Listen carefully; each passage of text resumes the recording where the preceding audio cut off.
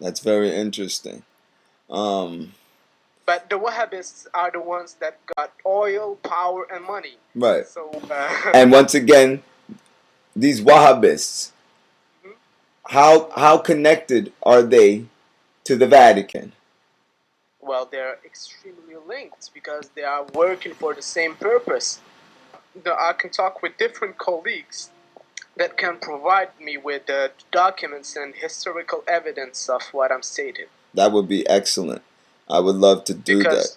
Because clearly, And let me ask you Wahhabism. one question before you jump right Mm, in. Are you mm, yourself a Christian or are you a Muslim?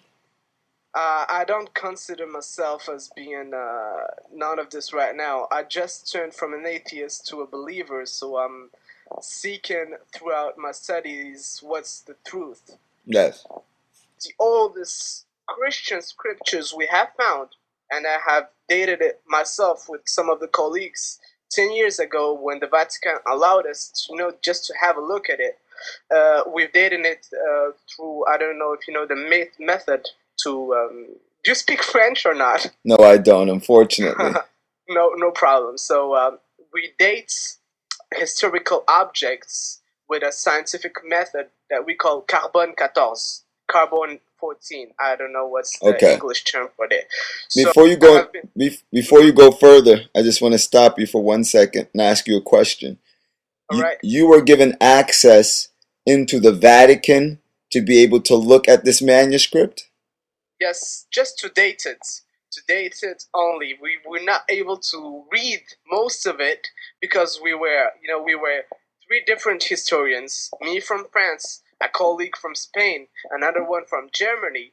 But we were only able to have a look and let's say a small part of paper so we can date it.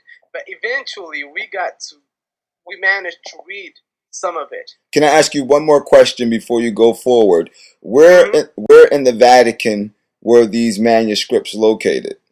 Well, this is the funny thing about it is that most of the manuscripts of the Vatican and the precious books they have are not in the Vatican itself, but a couple kilometers from Rome.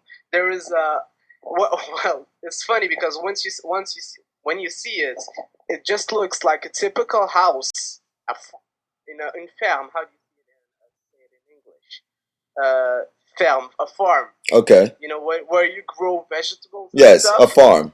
It's yes, a couple kilometers from Rome. Let's say in miles, maybe 15 miles from Rome. It's just a farm, but beneath the ground, underground, you have tons and tons of different levels with artifacts, objects that are that would be really precious to humanity, and that the Vatican is controlling right now. And that, as a historian, it's just totally a shame for me because I've seen objects that we do not study, and that could give us a light maybe about our past, knowing different things about our past.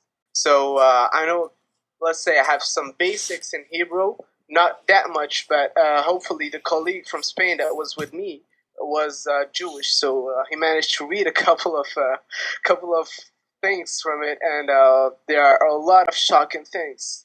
We are living today in perhaps the end of times. That's my belief. I'm in complete agreement with you. So, what if I had a message for the Protestants across the world is to try to force their leaders to stay as far as possible from the Vatican.